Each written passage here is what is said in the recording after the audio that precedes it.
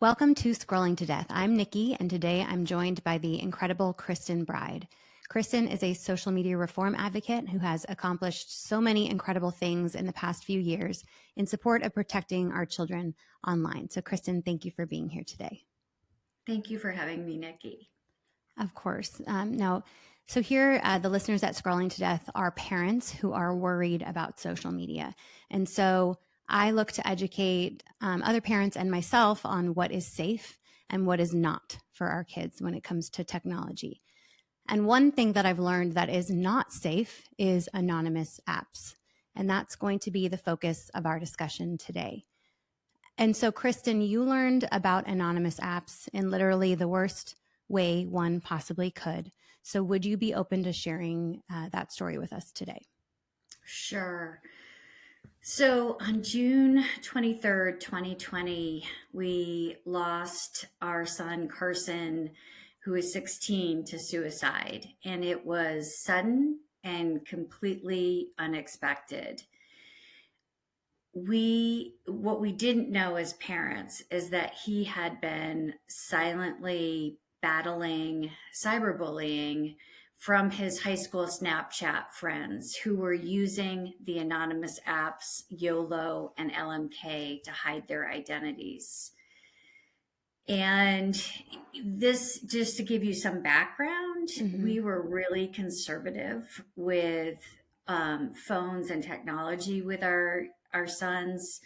Carson didn't have his first phone until he was in 8th grade, and it was a really old version with no apps on it, and we had really hoped that it would stay that way.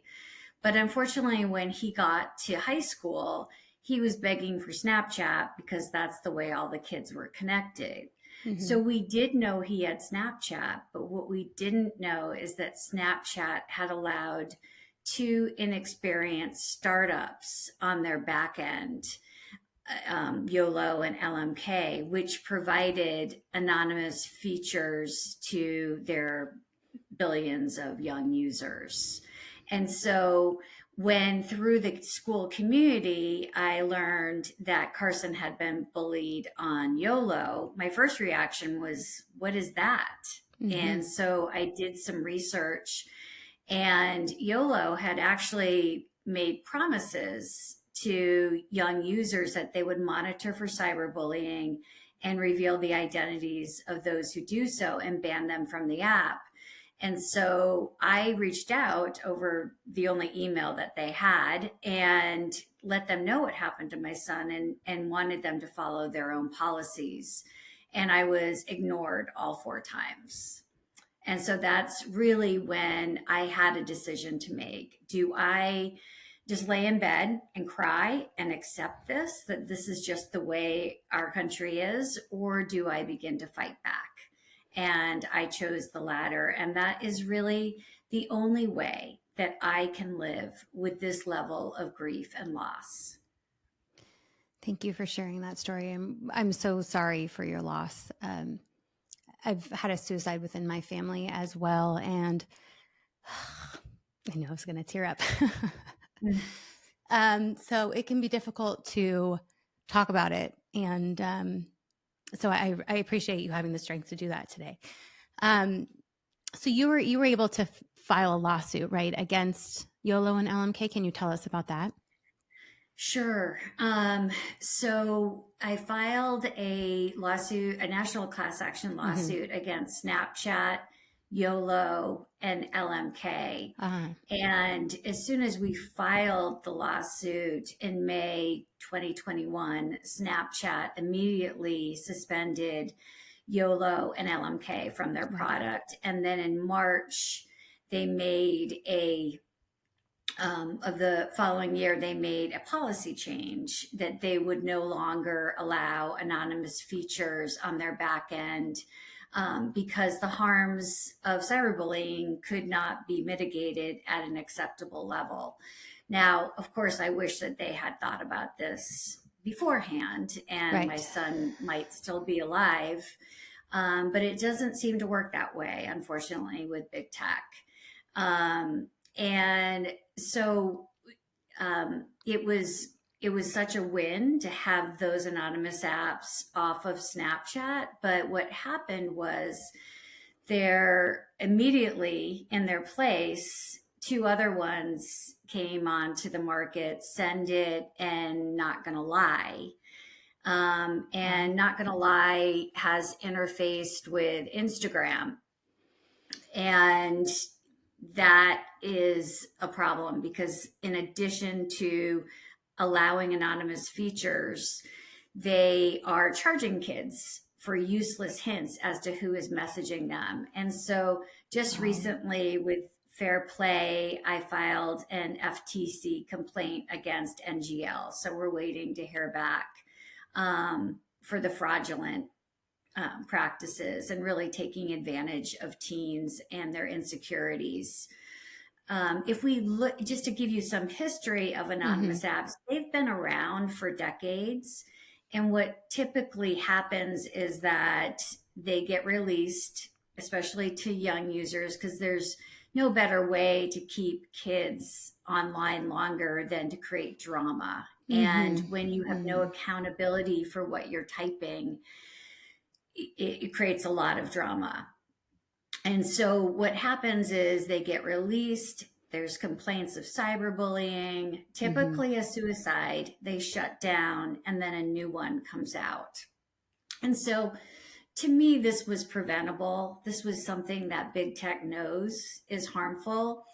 And they're just in it for a quick buck until somebody gets harmed. And then kids like my son are collateral damage. And it's really, really sad and discouraging. So that new anonymous app is still available on Instagram?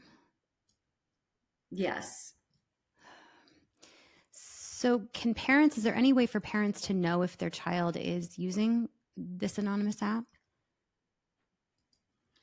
You can check their phones and really, talk to them about, and this is something that I talk to my kids about. I actually put a sign over their computers, both of them. And I said on it, don't type anything that you wouldn't want on a billboard with your name and face next to. And I think the more parents talk about that, and realize that there's power in the words that they say to other people.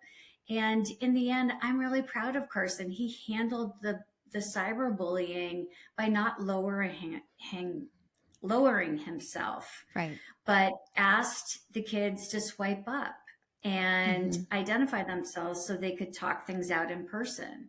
He was trying to do the right things, but clearly these kids did not have parents that talked to their kids about this and the importance of how you behave online.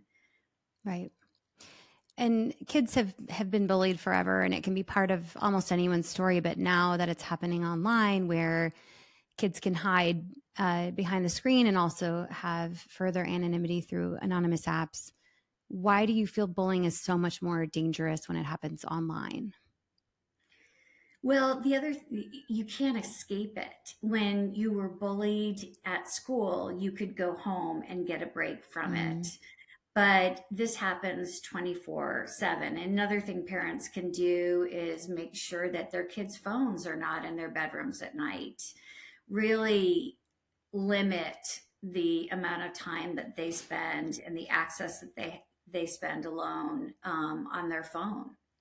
The one thing that in experiencing this tragedy and doing research, I found is that only a very small percentage of kids report that they're being cyberbullied to an adult, the school, or their parent. They don't want to be considered a snitch.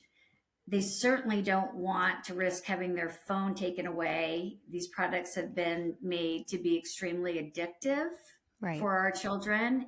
So that thought is scary. And if there's online drama happening to you, the last thing you want is to be out of it and, hear about it later from somebody else. Sure. And, kids also think that they can handle it themselves. And I'm sure that Carson felt that way at first, but it became so overwhelming to him. I mean, there were hundreds of negative, harassing, horrendous, sexually explicit messages to him. And you were never able to figure out who sent those messages. No, thankfully he took screenshots of them, but yes, the two companies, YOLO and LMK, have either been unwilling or unable to provide us with that information. And our lawsuit with YOLO is continuing on appeal. Okay. And when it comes to, kids not sharing these experiences with their parents, can you tell us about passing Carson's Law and what that hopefully did to help inform families about cyberbullying and bullying? So one of the things when this happened, I needed to kind of organize my thoughts on advocacy. Mm-hmm. And I worked with the school. That was like very local level to bring in experts to talk about cyberbullying and the dangers.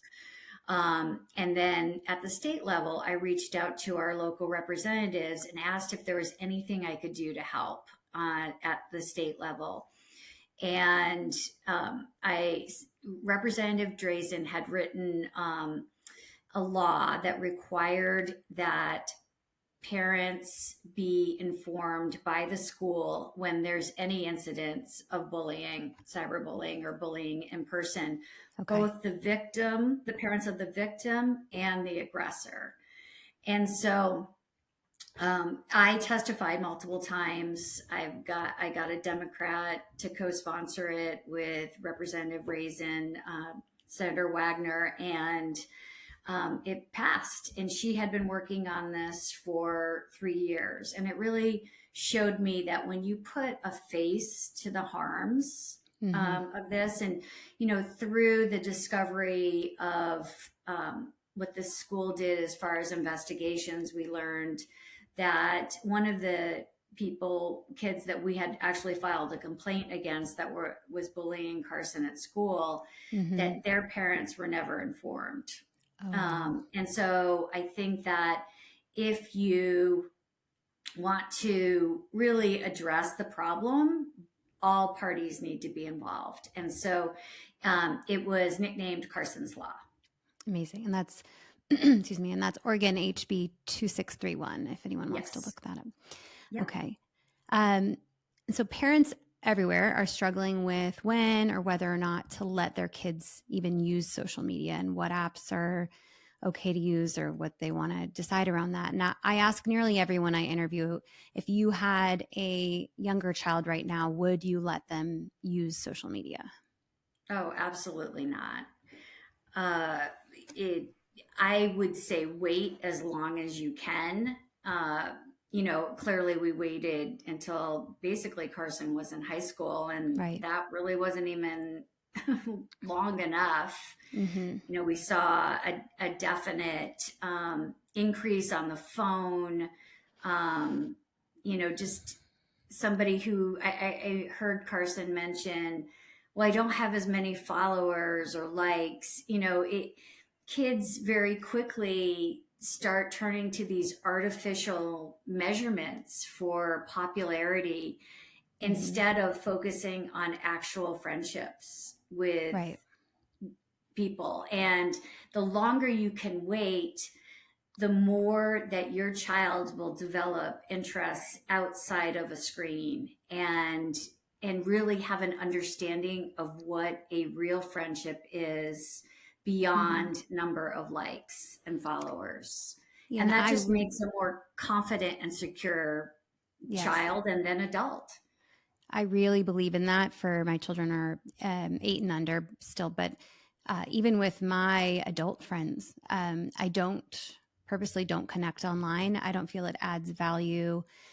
There's some relationships through work and through this work that I'm doing that develop online and can transition to in person. But I think the in person for your personal friendships has to be primary always.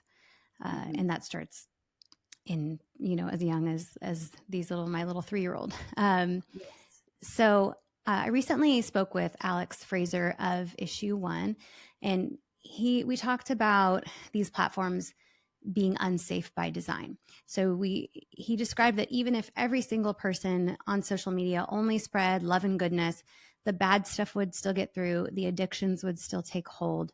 So do you agree that social platforms are unsafe by design, and that's what needs to be addressed?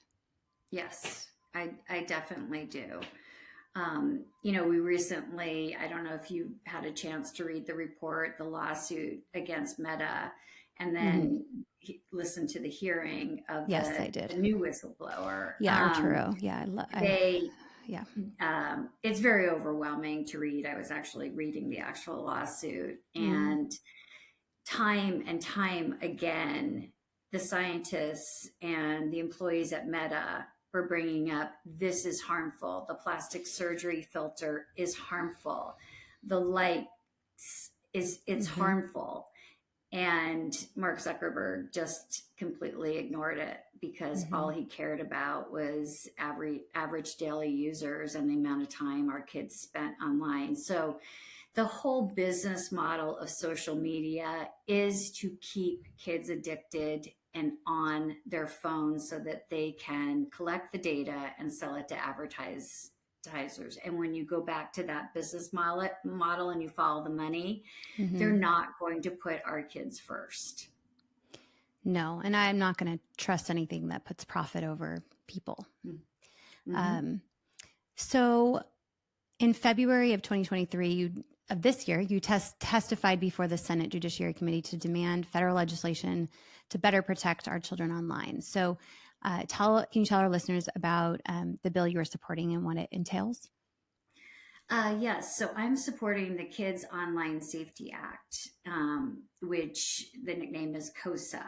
Mm-hmm. And the most important part of the bill to me is that it requires these companies to have a duty of care to prevent and mitigate harms when they're designing their products.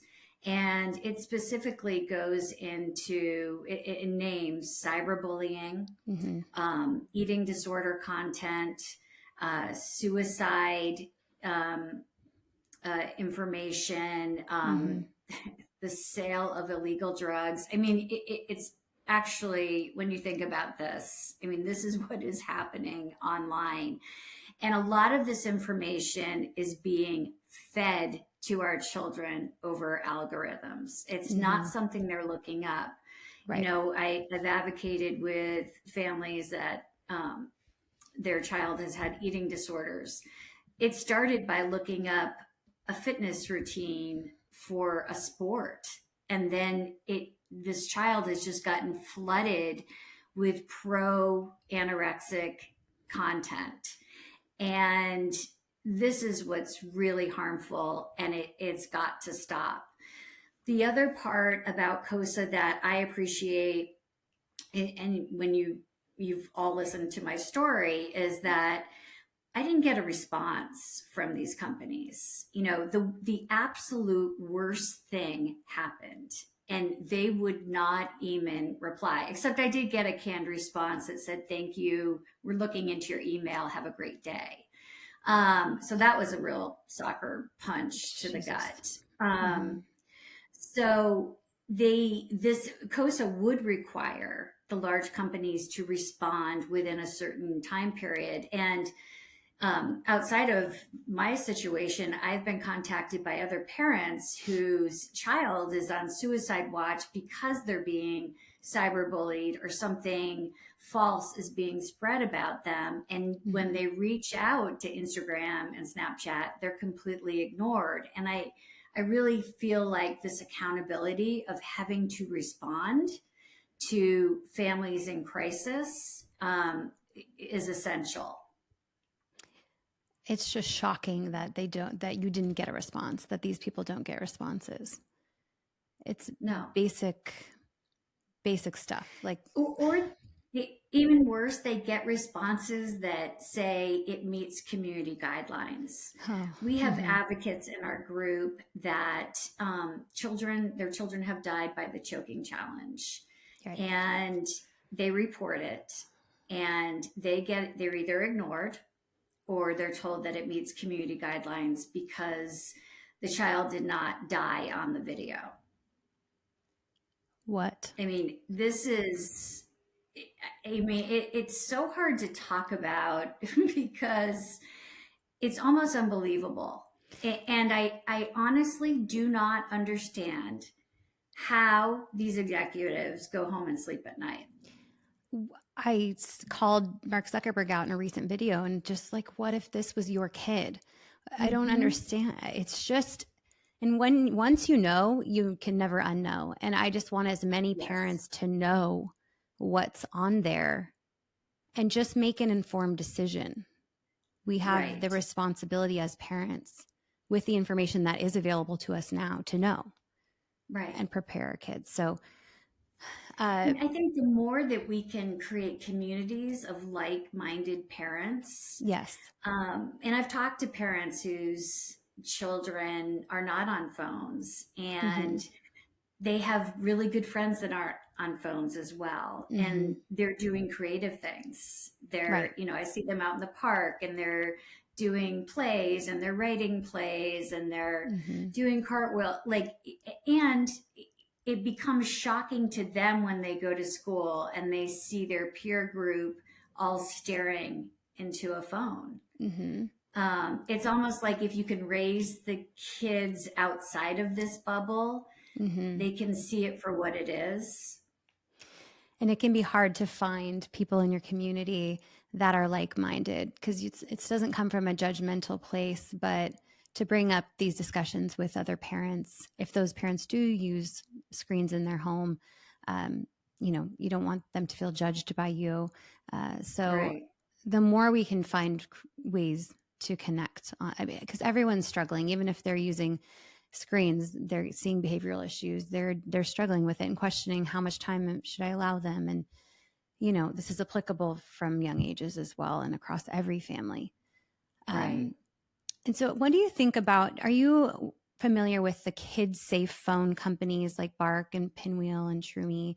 And for listeners, they have phones that are more stripped down, so absolutely no social media. Only one of the companies offers some limited controlled internet browsing. So it looks like you are familiar with them. So how do you feel about these phones as like a first step in their journey to using a full smartphone as an adult? Well, I've never personally promoted Right. a No, me specific either. product, I don't have any affiliation, but yeah. but I really like the idea. I had heard at one point that they were trying to bring back flip phones, Mm-hmm. make them colorful so that they were appealing. But I was Yeah. just talking to um, a parent recently whose child takes a bus in a big city to go to school, Mm-hmm. and he's 11, and she gave him an iPhone. And I said, well, what about a flip phone? Right. And she said she didn't want him to feel left out because of all his peers having the iPhone. But if you really want to just connect with your kid, to know to pick them up, Mm-hmm. start with just a basic phone with none of the apps, Mm-hmm. because that's really what you want it for, and hold strong. I agree. And they do make, most of these companies, and Verizon has the Gizmo Watch. There are watch options that still Hmm. have a video chat option and you can add contacts, but it's obviously so much more limited in watch form. Um, Right. So and I'm not affiliated with any of the companies, but I think it's important for parents to know that there are other options, whether it be a flip phone, a kid safe phone. The Light Phone is another company that makes a Hmm. really stripped down phone. So the being left out excuse is a big one. I hear it all the time, and I get that no one wants their kid to feel left out, but you have to weigh what's more important, being left out or being exposed to really inappropriate and dangerous content. Right. Right. Okay, so, and when you do introduce a phone, so obviously it's super important when you introduce a phone to be having these open conversations. And you even when you gave internet use to your boys, you had this sticker on the top of their computer saying, "Be aware that what you put out there can be viewed by anyone at any time, forever." So, how do we feel about what should parents be communicating with their children when it's time to introduce a device? What's some advice on making sure they understand the dangers? A lot of people do the contracts with Mm-hmm. their child about, and really making it clear, especially the parents are paying for this phone, right? Mm-hmm. That it is, and I said this to my boys, like, it is our phone. We're letting you use one, but we can take it away at any point. And with that, we knew Carson's password. Like, we know our other son's password, like, so it was not this private thing. And that, at any given point, we might have to look at it. So kind of starting out with that, I think, especially giving it as a gift, for Christmas, then it's Mm-hmm. my phone. You gave it to me as a gift, but this is Yeah. something that a shared responsibility that we all have. Keeping, everybody keeps their phones, charging in the kitchen at night, and putting limits on how long you're on the phone, and like you said, modeling behavior for your children. What we did was, at the dinner table, I would talk about some of the things that I had heard that had gone wrong online. Mm-hmm. Especially, Carson didn't have a phone at the time, but kids in his class, it was sixth grade, believe it or not, had phones, and they were sending around nudes of each other. And so I had a long talk with my boys about how that's considered pornography and child pornography, and it's illegal, and you can go to jail for that. And, so it wasn't like I was lecturing them like they had done it. Like, this is a very big mistake with Mm-hmm. consequences. And, again, really proud of my son. In the end, they were asking Carson for nudes, and he said, "I don't do that." And that's another really important conversation to have with your children when they get to be of a certain age. I advocate with a lot of parents who, and this is a growing trend, have died by suicide because of sextortion. Right. And so always have your kid have a private account, not Mm-hmm. one that's open to the public, of course. But these people get in usually from another country, Mm-hmm. and they pretend to be interested and the target is usually young, um, males in high Mm-hmm. school, and they pretend to be a girlfriend. They get them to give a compromising photo or video, and immediately the extortion starts coming, and they are asking for thousands of dollars, or the pictures will be sent to their Mm-hmm. parents and to their mother. And this takes a very happy, confident, popular kid 2 hours to end their life. Are you referencing Because, Jordan DeMay?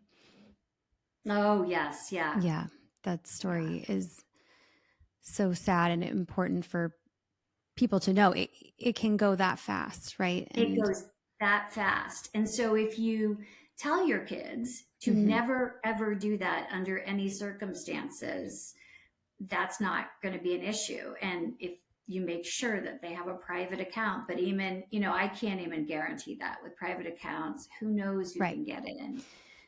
Yes. There's a workaround, it seems like, for everything. And a couple things I've learned about sextortion. A therapist I spoke with that has done a few research articles on this topic told me that there's call centers set up in other countries specifically for this. And Yeah. they know exactly what to say, exactly how to manipulate. these young kids, boys and girls, mostly boys. Yeah. And that a lot of parents will comment, well, they're never going to send the nudes. Like, just don't pay. But Mhm. again, more parents have reached out to me saying they do send the Mhm. nudes. And it Right. can be very detrimental to the child's life and social life and everything. Right. And so, And it's out there. Once it's out there, I mean, that's mhm, the other thing to really talk to your kids about. Once it's mhm, out there, it doesn't go away. right.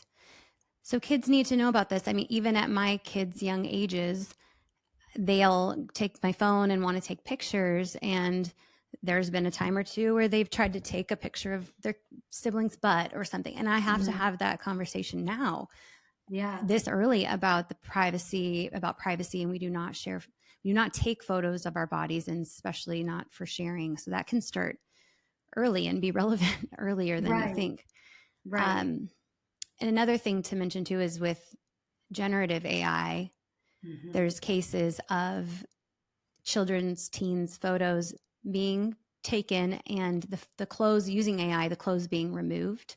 And Yeah. so fake nude photos being shared. Mhm. And legislation has not caught up to be able to protect kids in the right way from this type of thing happening. So it's Exactly. just scary, scary stuff when you're sharing your image and your likeness and your information on social Right. media. I did ask our the new Meta whistleblower, Arturo Behar. I asked him if we should be letting our teenagers on social media, or on Instagram specifically. And he said not until 15 at a minimum, due to the inappropriate and dangerous things, content and people they get exposed to. Um, and so, but expert after expert, person after person I speak to, is restricting social media for as long as possible for their children. Mhm. And Right. every family gets to make that decision on their own, but know Mhm. the risks and have the conversations, uh, and make a critical decision around that. Yeah, and I Um, think it's like the constant conversations. yeah. It's Carson would tell me when things did not go well at school, Mm-hmm. but he did not tell me about this, and that's what's heartbreaking. Um, What do you think the difference is between being in person and then being, like, why would it be, why would he be open to share the in-person conflicts, but not the online conflicts? I think it gets back to the reasons why kids don't tell when they're being cyberbullied. Mm-hmm. It's the phone thing. There's a lot of struggle around the phone. And, Mm-hmm. I've not that I would have said this to him, but, I've heard in some articles they say, the kids don't want to hear I told you so, right? Mm-hmm. Yeah. Um, so it just I don't know a family that doesn't struggle with this. Like, put your phone away. Mm-hmm. Mm-hmm. Take a break from the screens. It's this Mm-hmm. constant battle. I mean, and that's what parents need to know. Once you introduce this, Mm-hmm. you cannot go back. And Mm-hmm. I heard one expert say that she speaks to a lot of parents, and there is not a parent out there that says, I wish I had given my child a phone Mm-hmm. earlier. Instead, it is Never. the very opposite of that. Mm-hmm. And I hear a lot of kids sharing, once they hit 18, 20, when their parents have restricted use of social media or restricted phone use, they actually end up thanking, a lot of kids thank their parents for Yes. not letting them, especially on social media, because they see how their friends are getting negatively affected, and they're so grateful that they don't have to deal with Right, that. right. And that's being like what I talked about outside of that bubble, right? If Mm-hmm. you're in it with a bunch Mm-hmm. of friends that are all staring at their phones, you're thinking that's normal. Mm-hmm. But if you're doing other things, you can see that it's not. Yeah. We just need to get more kids and parents outside the bubble. And, Yes. I read a stat that 80% of teenagers shared that they've never talked to their parents about social media before, not one time. And Mhm. so still parents are letting their kids have social media in the majority and not talking to them about it. So that's what the communication at a baseline is, what is vital to protecting your kids, even if you've Right. already let them on social. Yeah, it's the constant conversation. It's not just the contract in the beginning and then you put it away. Mm-hmm. But and there's ways to have those conversations that are positive. Like, what's the funniest thing you saw on Mm-hmm. your phone today? Mm-hmm. To kind of get them talking. And what I noticed was it was not, especially boys, you don't sit down and stare and have the conversation. You do something together. You're driving in the car, um, you're putting something together, and that's when you bring up the conversation. Yeah, that's the easiest way to even talk to my husband. Yeah, exactly. If I sit him down and try to talk to him, he's like, "Oh no, what did I do Yeah. wrong?" So anything else that parents should be aware of regarding anonymous apps? Well, I would just, again, reiterate to your kid, if you're typing something and you don't feel like your name should be next to it, think about it. Do you really need to do that? Mm-hmm.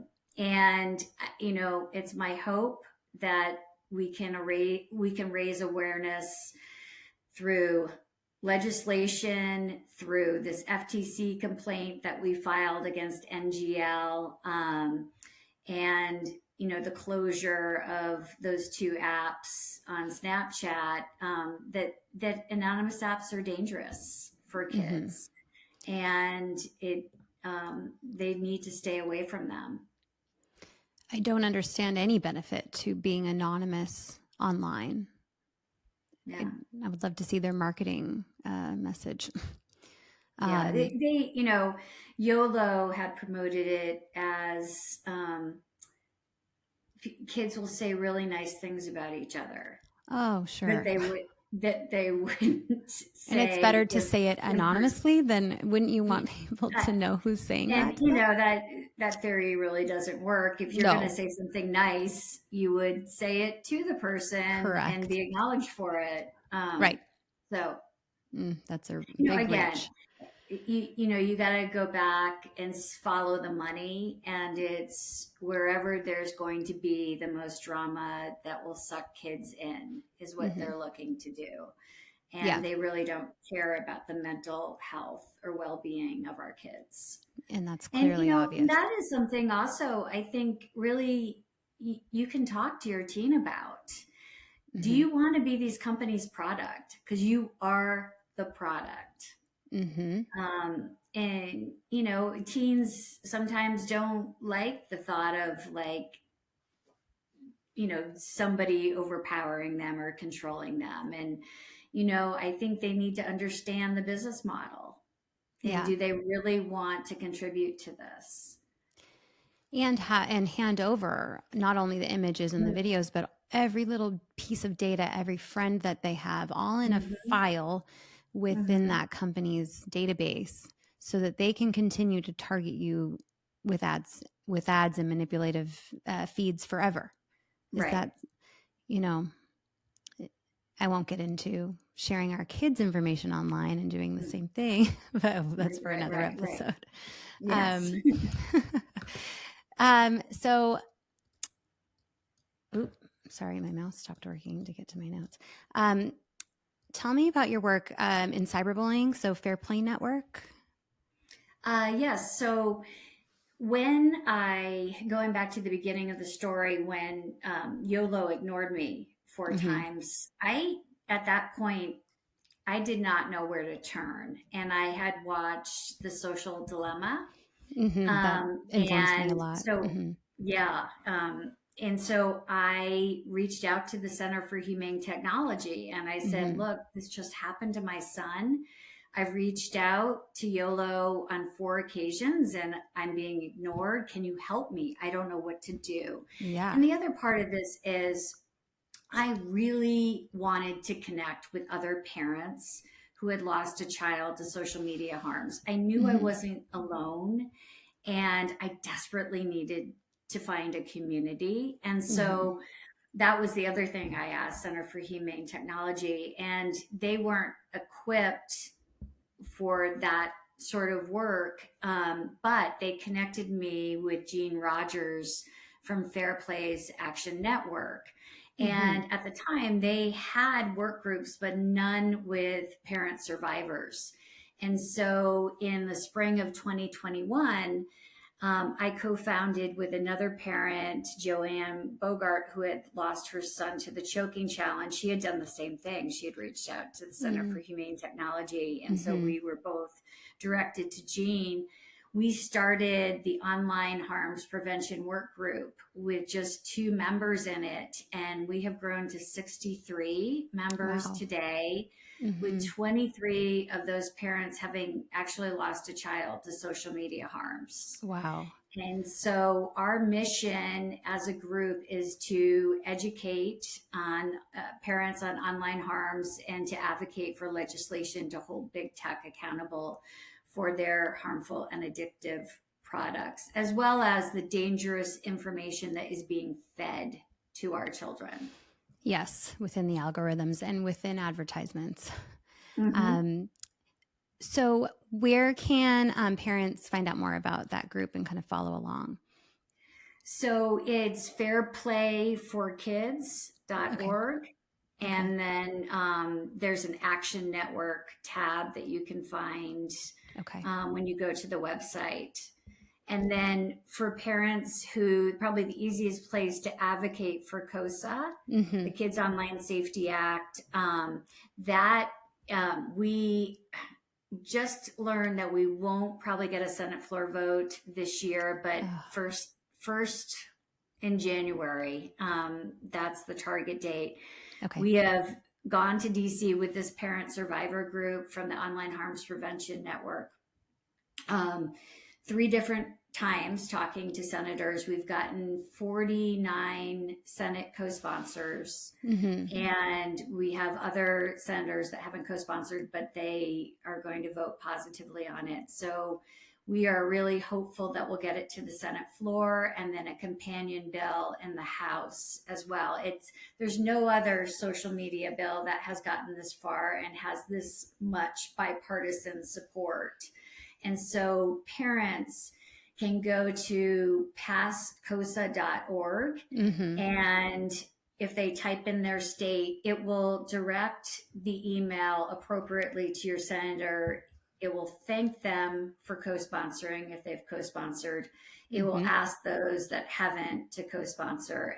So we could really use the help of parents to continue the flow of support for KOSA so that we can get it scheduled in January for a Senate floor vote. Amazing. And I reached out to my state senators on this. I did not use the Pass KOSA website, and I even found it to be super simple and easy. It took me a few minutes. So, and parents can educate themselves at passkosa.org and then take that next step if they choose to support, right? Yes. Okay. Yes. Amazing. So I'm going to close this out. Kristin, thank you so much for sharing your story yet again. It means so much to me and all the parents that you are willing to do this so we can learn what tragic events can happen to our kids online, and that we all need to be so careful and critical thinkers around these topics. So to the listeners, I hope that you can turn off this episode, take a moment to remember Carson Bride and all the kids that we've lost due to these issues and who should all be with us today. And so again, Kristin, thank you so much for being here. I really appreciate your time. Oh, thank you for having me. All right. So thank you everyone for listening. So I'm going to just stop the recording.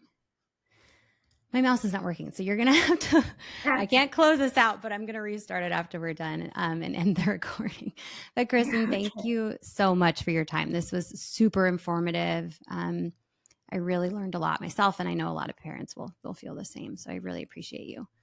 Oh, well, thanks so much. And I listened to, you did an episode on like all the kids who had died. And I think you talked about Carson. Yes. And I thought it was so nicely done. Thank And, you. Oh, I'm so happy to hear that. and I think you said rest in peace or something.